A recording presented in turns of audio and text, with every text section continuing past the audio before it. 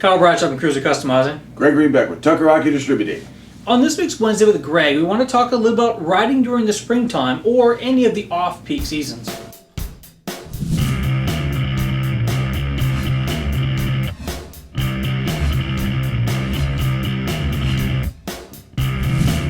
Spring and fall are also my favorite times to ride. It's less crowded, usually hotels and things of that nature are less expensive, and the weather is absolutely beautiful. In the springtime, you've got green grass and flowers and all kinds of beautiful stuff coming up.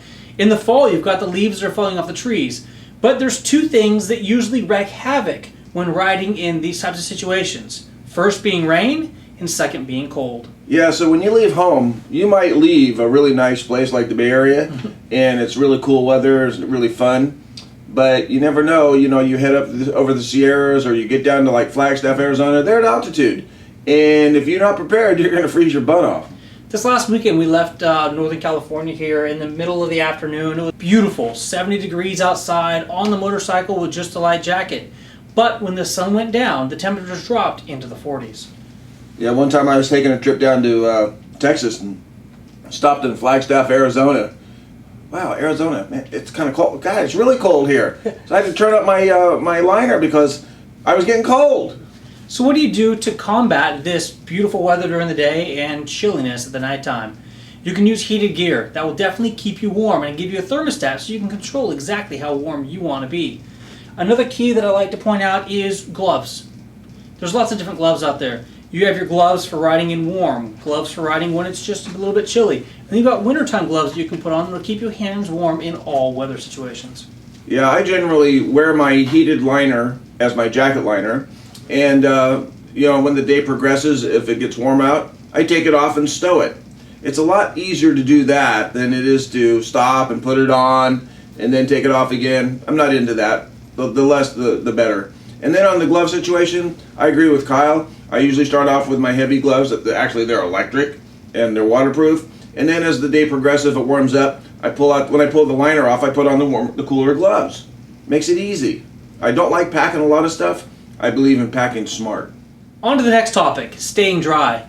When heading out in either the spring or the fall, sometimes you'll run into rainstorms. Now you can do this with a simple rain suit, but that's not going to really provide you with warmth. So if you choose a garment that has a liner on the inside but is waterproof on the outside, that's a great option for spring and fall weather riding. Actually, all year round, really. I mean, I use one jacket predominantly all the time because it is so flexible. The liner comes out. The vents open, it's waterproof. That's what I like. I don't like making decisions about what I'm going to wear. I get the right outfit, I wear it all the time, it's adjustable, works for me. If I'm riding on the street, the intake from Tourmaster is one of my favorite jackets. It's mesh on the outside with a waterproof, windproof liner on the inside of that. Here I've got an intake jacket that I've taken the internal liner out of. It's got my Thinsulate on the inside, windproof, waterproof on the outside. This is normally on the inside of the intake jacket, but what I do is I pull it out and stick it on top. And as you can see, completely dry underneath. It keeps you warm down to about 50 degrees or so. And then if it's colder than that, I've got a wintertime jacket that I wear that's extremely warm. And then heat, you can add to that and stay warm in all conditions. For me, it's the FirstGear Kilimanjaro. I've worn every single generation they've ever made. Some are better than others. The newest ones are awesome. That's what I wear all the time. Make sure that you get the most out of your motorcycling season by being able to ride early in the spring and late into the fall. Yeah, a lot less people, a lot more fun. Thank you for watching this week's Wednesday with Greg. And ride safe.